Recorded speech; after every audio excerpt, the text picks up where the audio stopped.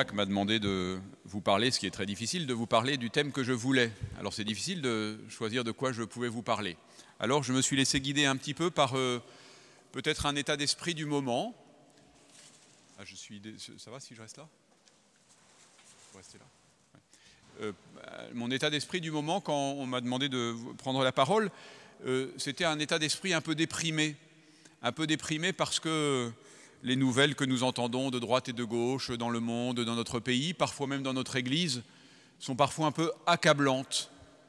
Alors nous trouvons que c'est lourd à porter. Et un chrétien ne doit pas subir le temps qui passe comme s'il n'était pas chrétien. Alors je voudrais mettre en perspective, c'est un petit peu artificiel parce que ça n'a rien à voir, mais je voudrais mettre en perspective d'une part un poème de Charles Péguy, et puis ensuite un saint que j'aime beaucoup, sans lequel je pense je ne serais pas à vous parler aujourd'hui parce que je ne serais pas devenu prêtre. Il s'agit de saint Jean-Paul II.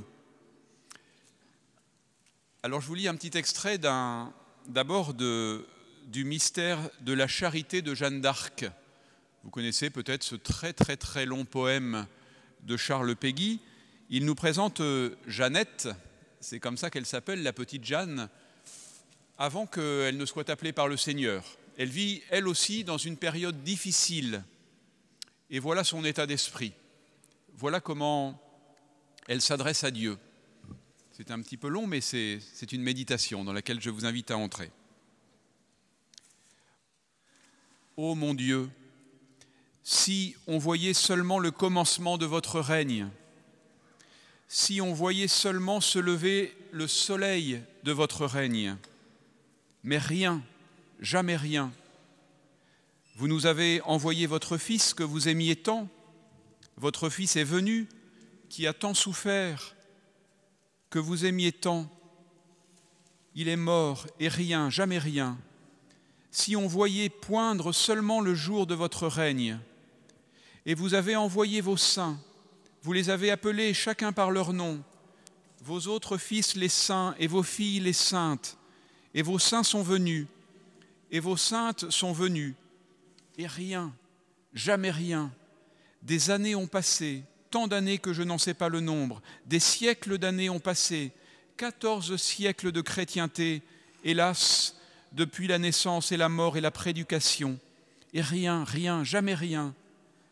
Et ce qui règne sur la face de la terre, rien, ce n'est rien que la perdition. 14 siècles depuis le rachat de nos âmes, et rien, jamais rien. Le règne de la terre n'est rien que le règne de la perdition. Le royaume de la terre n'est rien que le royaume de la perdition. Vous nous avez envoyé votre Fils et les autres saints, et rien ne coule sur la face de la terre qu'un flot d'ingratitude et de perdition. Mon Dieu, faudra-t-il que votre Fils soit mort en vain? Il serait venu et cela ne servirait de rien. C'est pire que jamais. Seulement si on voyait seulement se lever le soleil de votre justice. Mais on dirait, mon Dieu, pardonnez-moi, on dirait que votre règne s'en va. Jamais on n'a tant blasphémé votre nom. Jamais on n'a tant méprisé votre volonté. Jamais on n'a tant désobéi. Jamais notre pain ne nous a tant manqué. Et s'il ne manquait qu'à nous, mon Dieu, s'il ne manquait qu'à nous, et s'il n'y avait que le pain du corps qui nous manquait, le pain de maïs, le pain de seigle et le blé, mais un autre pain nous manque, le pain de la nourriture de nos âmes, et nous sommes affamés d'une autre faim, de la seule faim qui nous laisse dans le ventre un creux impérissable. Un autre pain nous manque. Et au lieu que ce soit le règne de votre charité, le seul règne qui règne sur la face de la terre, de votre terre, de la terre de votre création, au lieu que ce soit le règne du royaume de votre charité, le seul règne qui règne, c'est le règne du royaume impérissable du péché. Et encore, si l'on voyait le commencement de vos saints, si l'on voyait poindre le commencement du règne de vos saints, mais qu'est-ce qu'on a fait, mon Dieu? Qu'est-ce qu'on a fait de votre créature? qu'est-ce qu'on a fait de votre création ? Alors, frères et sœurs, ce cri un peu découragé de Jeanne d'Arc, alors ce n'est pas Jeanne d'Arc, c'est la Jeanne d'Arc de Péguy, c'est Jeanne d'Arc avant qu'elle soit appelée par Dieu, qui est découragée de ce qu'elle rencontre. Eh bien, face à ce poème à la fois très beau mais terriblement pessimiste, eh bien, je me suis rappelé, et je suis allé fouiller dans mes notes, que j'avais étudié pour une conférence dans un colloque sur Jean-Paul II, j'avais étudié ce que Jean-Paul II disait justement du temps qui passe et de notre rapport au temps. Et pour aller droit au but, je voudrais surtout mettre en lumière ici combien chez Saint Jean-Paul II, le rapport au temps, le rapport à l'histoire est marqué par une perspective de foi profonde et bouleversante. Là où tant d'autres, peut-être nous, à certaines heures, en tout cas comme Jeanne d'Arc dans le poème que je viens de vous lire, là où tant d'autres manifestent une sorte de fatalisme résigné et un peu las, là où tant d'autres portent sur l'histoire un regard désabusé et sur notre monde un regard désabusé, sinon désespéré, cet homme, Karol Wojtyła, Jean-Paul II, cet homme dont pourtant la trajectoire a traversé des épisodes tragiques, cet homme dont la vie personnelle a été tellement éprouvée par les deuils de son père, de sa mère, de son frère, cet homme dont la fibre patriotique a été si humiliée, cet homme dont l'expérience humaine a été marquée par les terribles idéologies national-socialistes et puis communistes, eh bien cet homme, tellement éprouvé par l'histoire, porte pourtant sur elle le regard étonnamment positif et d'une extrême confiance et bienveillance. Ce n'est pas de l'angélisme. On sait bien que évêque puis pape, Jean-Paul II a dénoncé sous toutes les latitudes ce qui blesse l'homme, ce qui blesse sa dignité. On sait bien comment il a invité à lutter contre ce qui opprime l'homme. Et l'ambiguïté profonde de l'histoire humaine ne lui échappe pas. Il écrit dans Mémoire et identité, « L'histoire de l'humanité est le théâtre de la coexistence du bien et du mal. » Et il a écrit un poème, il a écrit beaucoup de poèmes, mais il a écrit un seul poème lorsqu'il était pape, un poème qui s'appelle « Triptyque romain ».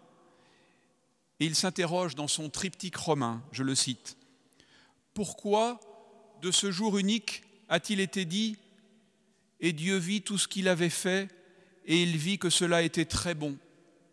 L'histoire ne le conteste-t-elle pas ?» Il se pose cette question grave. Vous voyez qu'il ne porte pas un regard angélique sur le temps.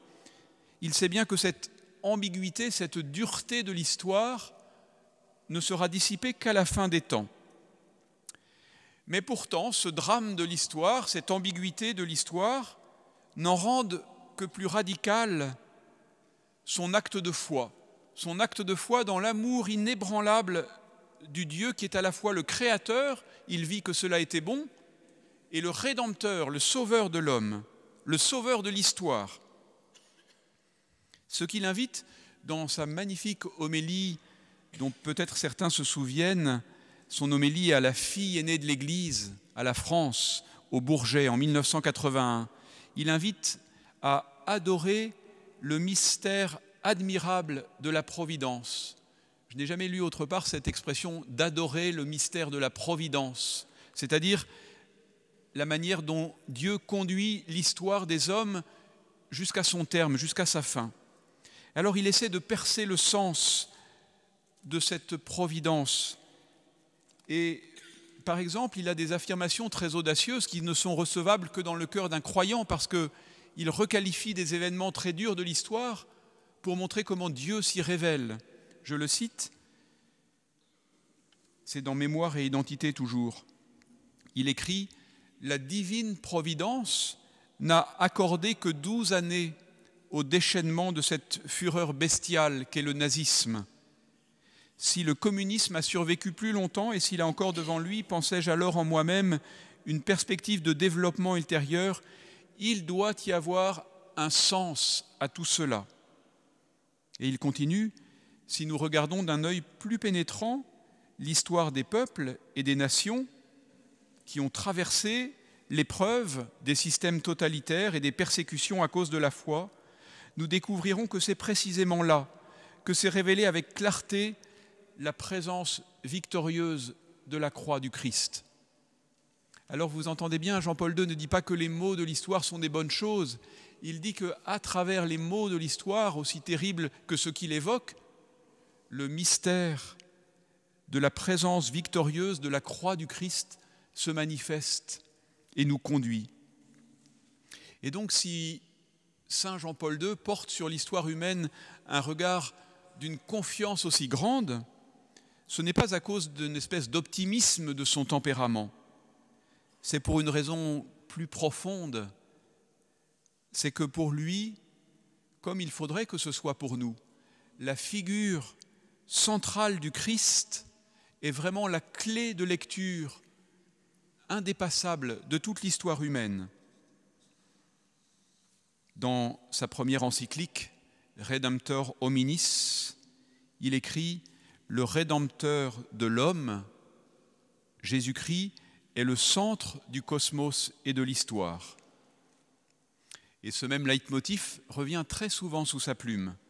Dans sa lettre pour l'entrée dans le nouveau millénaire, vous savez comme il a préparé avec force ce grand jubilé de l'an 2000, donc dans la lettre Novo Millennio Ineunte, il écrit « Le Christ est le fondement et le centre de l'histoire, il en est le sens et le but ultime.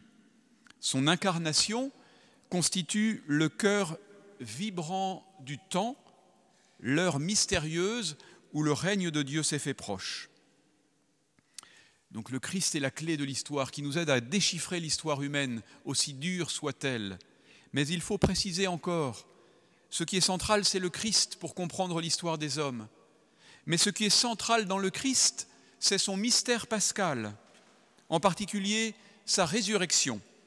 Dans sa très belle lettre sur le dimanche, intitulée Dies Domini, il écrit « La résurrection du Christ est la donnée première sur laquelle repose la foi chrétienne. C'est un événement merveilleux qui se place au centre du mystère du temps. Cette résurrection est l'axe porteur de l'histoire, auquel se rattache le mystère des origines et celui de la destinée finale du monde. » Oui, au mystère de Pâques sont rattachés définitivement le passé, le présent et l'avenir.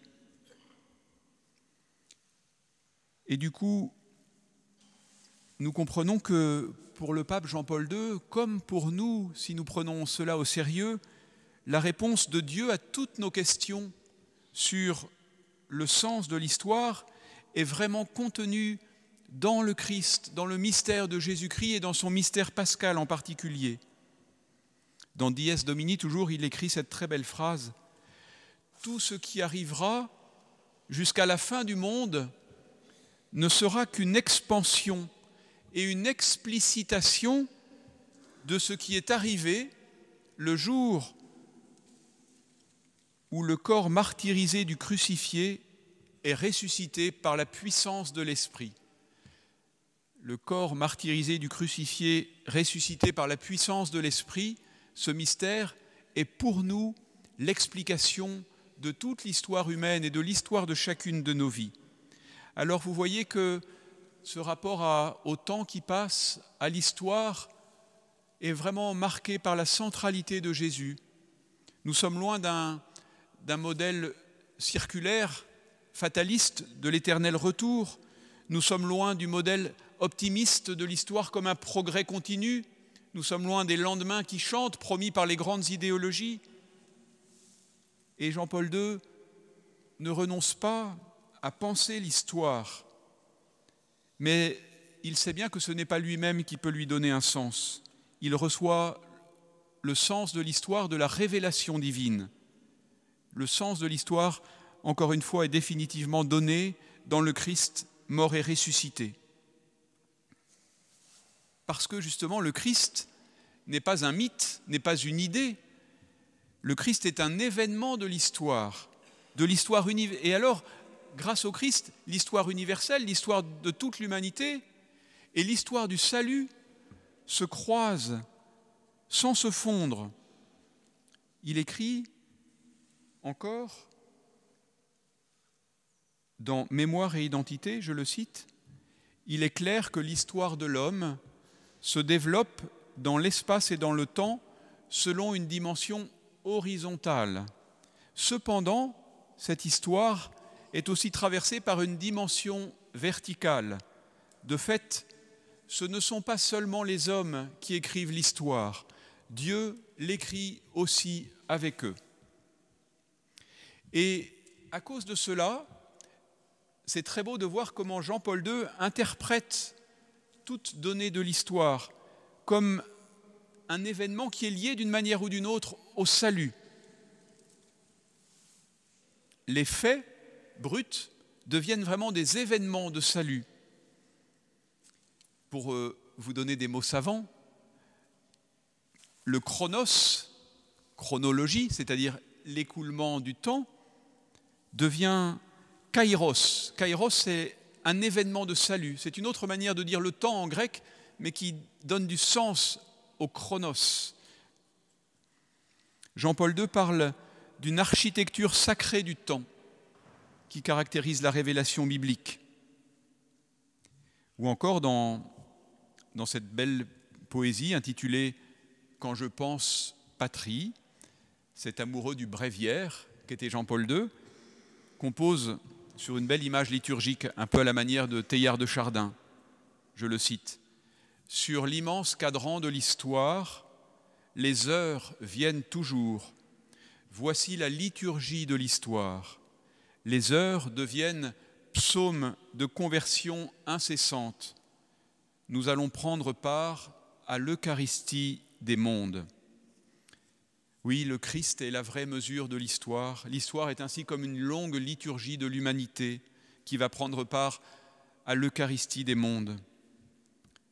Et tout cela, c'est ce regard de foi qui nous permet de comprendre vraiment comment Jean-Paul II est définitivement, délibérément un espérant. C'est au-delà du pessimisme ou de l'optimisme qui nous fait considérer les événements. C'est l'espérance.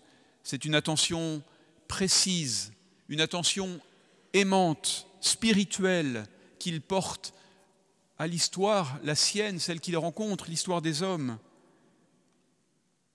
Il écrit dans la lettre apostolique Dies Domini, « Chaque réalité, sans exception, doit être ramenée à Dieu. Le temps et l'espace lui appartiennent. Il n'est pas le Dieu d'un seul jour, mais le Dieu de tous les jours de l'homme. » Oui, chaque jour est vraiment un jour de Dieu. Chaque jour est l'aujourd'hui de Dieu, l'aujourd'hui du Christ. Et c'est cela qui nous aide d'abord à nous affranchir du désir effréné, de l'adaptation, des modes qui passent si vite.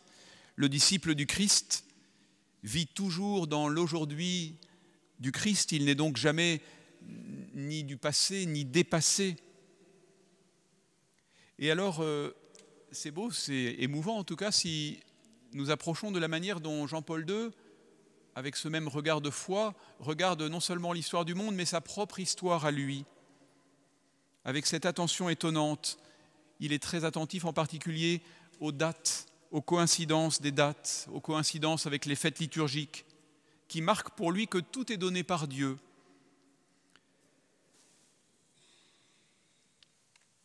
Il écrit dans son livre « Ma vocation, don et mystère », où il raconte sa vocation, « Je ne puis me dispenser dans ce témoignage d'aller au-delà du souvenir des événements et des personnes et de porter mon regard plus en profondeur, comme pour scruter le mystère qui m'accompagne et me pénètre. » Et il dit ainsi au fil des pages de ce livre que ce n'est pas pour lui une coïncidence si sa vocation sacerdotale a mûri pendant la Seconde Guerre mondiale. Il explique que c'est cela qui lui a permis de comprendre le sens du sacerdoce comme l'offrande d'une vie, une vie que la guerre avait épargnée. Pourquoi la guerre avait-elle épargné sa vie et pas celle de tant de ses compagnons? C'était pour qu'il la donne à son tour. Ce n'est pas un hasard non plus qu'il ait été ordonné le jour de la Toussaint, ou qu'il ait célébré sa première messe le 2 novembre, jour de la commémoration des fidèles défunts.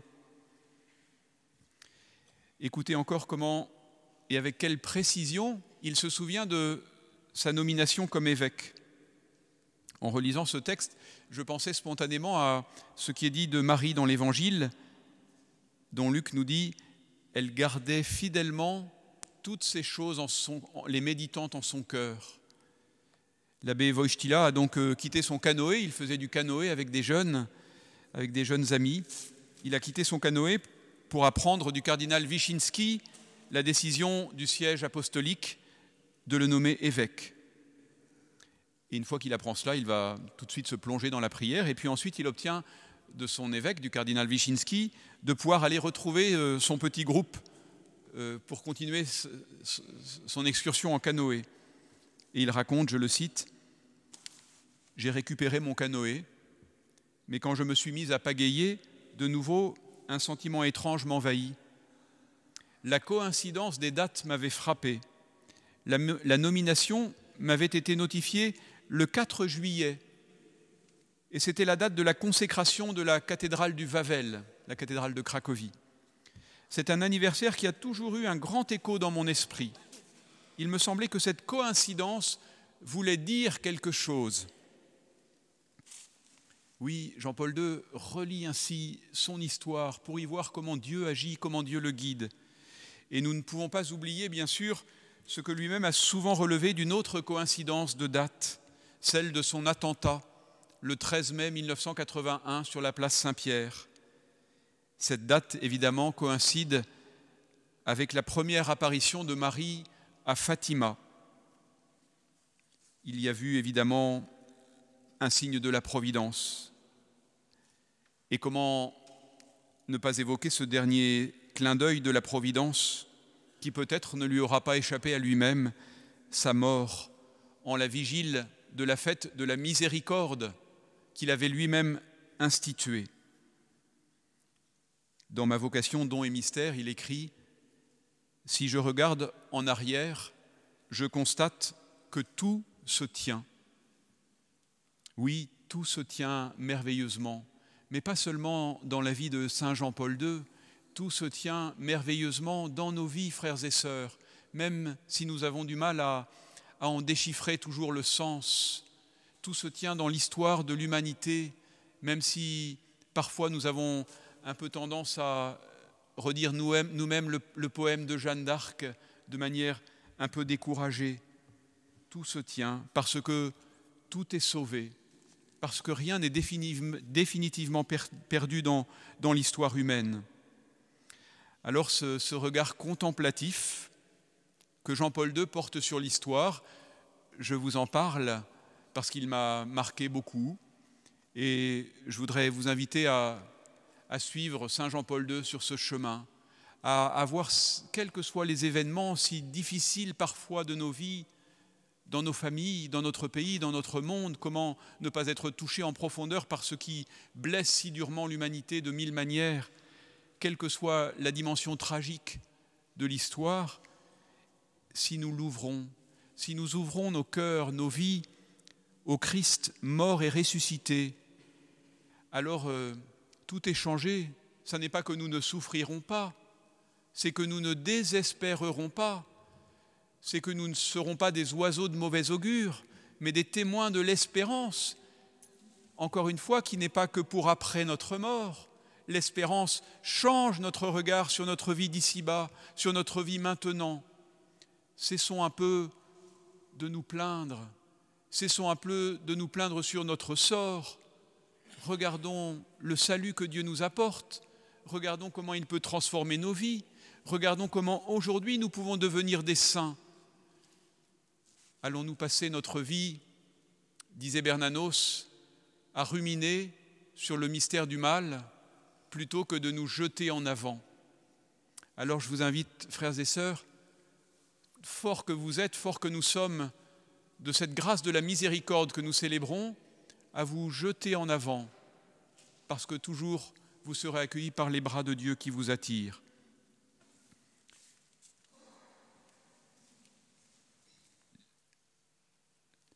Je termine par cette citation de la lettre apostolique Dies Domini, qui nous invite à nous ouvrir encore et toujours au Christ mort et ressuscité, à lui ouvrir notre propre histoire, parce que, je cite le pape, le Christ traverse le temps de l'homme, les mois, les années, les siècles, comme une flèche qui les pénètre en les tournant vers le but de la seconde venue du Christ. La seconde venue du Christ, c'est celle que nous attendons, c'est celle vers laquelle est orientée l'histoire, c'est celle qui lui donne sens aujourd'hui. Un jour, en lui, tout sera récapitulé, tout sera définitivement sauvé. Il n'y aura plus ni deuil, ni pleurs, ni larmes, mais la joie et la paix avec lui dans l'éternité bienheureuse. Amen.